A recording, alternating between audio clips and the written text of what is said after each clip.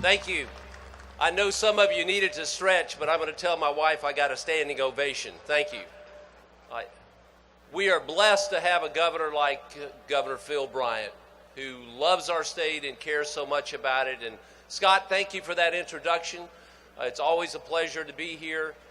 And I've got to just say a few things. Scott, it was a great intro, but my UPS career was actually the summer after my 9th grade year. So I started much younger than just, college on trying to work hard. I want you to know that representing you in Congress and in Mississippi has been the greatest honor of my life. I'll always be an ambassador for the state of Mississippi long after I'm out of public life, because there's no better place to raise a family, no better place to live. The friends, the food, the fellowship, the music is exceptional. And I hope that you will not take that for granted and realize that this is the place that we have chosen. And I want to thank each of you for the hard work you do in your businesses. I look around the room and I see representatives of some of the best industries in the country, whether it's Huntington Ingalls on the coast, whether it's Taylor Machine Works. Any of these have done so much work for us across the state. Just want you to know how proud we are. Scott mentioned one of the things we did. Our life has been maybe a little different on the map in that we have raised a child with special needs.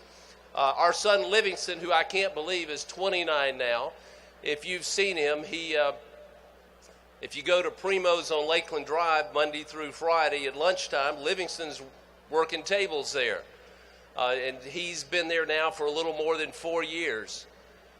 But he showed us during his life not to put limitations on those with special needs. We maybe did it as mom and dad, but he blew the roof through on some of these things.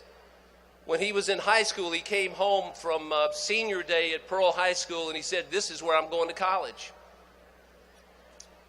Shame on us, we had never thought about that for him. We thought high school was it. We'd get a job. That would be all he would do. But what does he do? He's got some stuff from Hines Community College at the Rankin branch. And the older we get, what do we know? We know that God directs our paths, don't we? And he puts people in places and events. And here's what we know about Livingston. Those of you that know him know this is true. When Livingston gets on something, it's not going away. You might as well go ahead and deal with it and take care of that.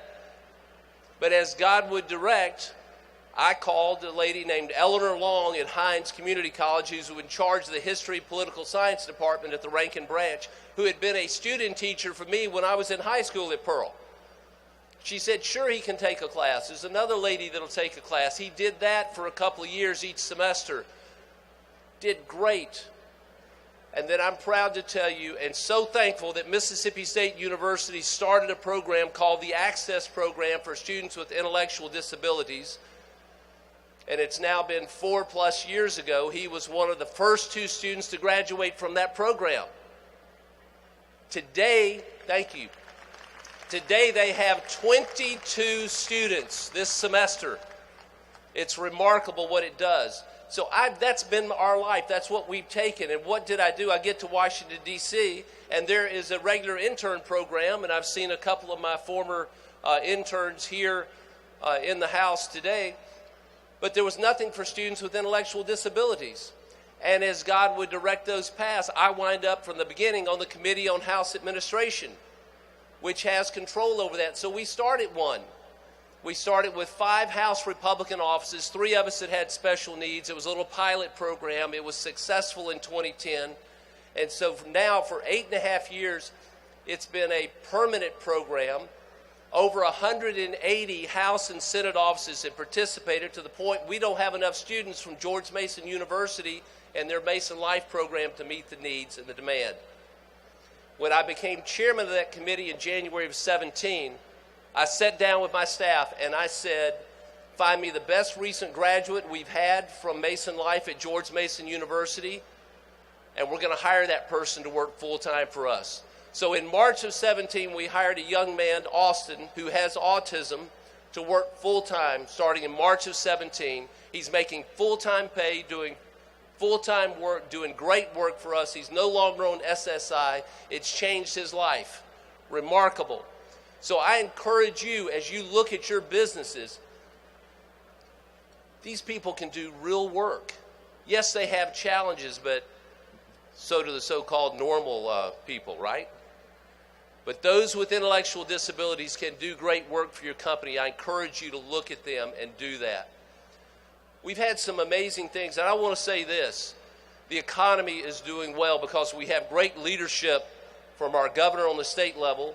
But whether you like the tweets or whether you like the politics, there's no doubt the economy has been better these last 2 years under President Trump. You cannot deny the numbers or the figures that are there. You can't. It's there. Lowest unemployment rate that we've had some in forever. You have more people, you have more job openings than people looking for work. So the opportunities are great for us as we go forward. We're more respected across the world, and I will be forever thankful to President Trump for moving the embassy from Tel Aviv to Jerusalem. That is a special and a significant deal, and he's done what he said he would do, which every president had said they would do, but never did until this time. So I'm thankful for that he's done that. The tax cuts weren't a bad idea either. And I think everybody knows that's getting a paycheck on what that means for the future. Now I can't believe it, the 10 years has gone by like that, guys.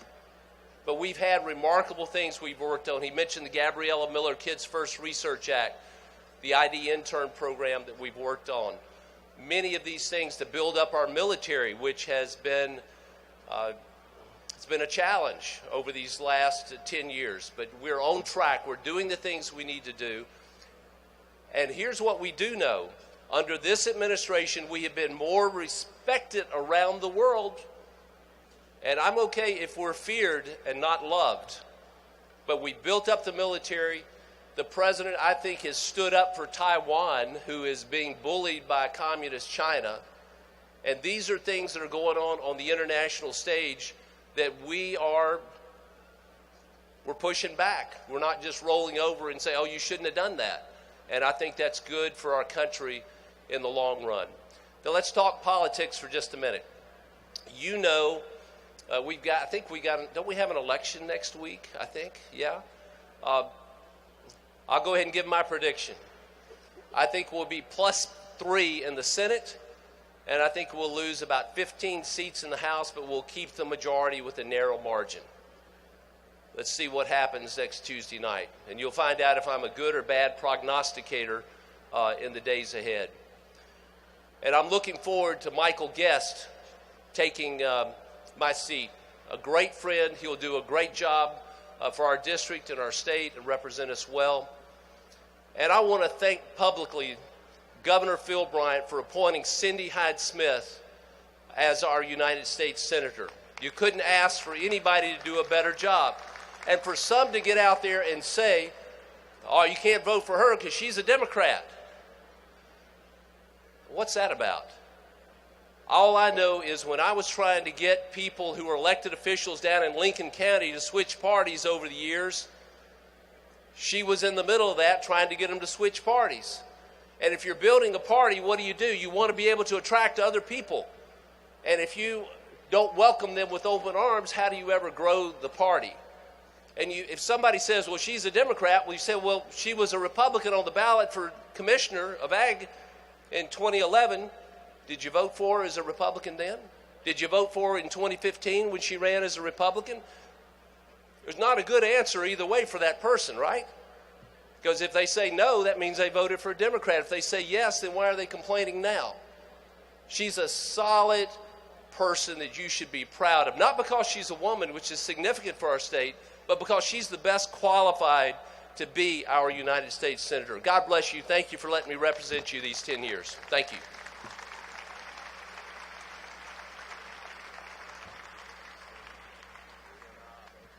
Congressman Harper, I've asked the governor to join us. We have a special recognition of not only today's event, but the work you've done in Congress over the last 10 years. Thank you so much. Thank you so much.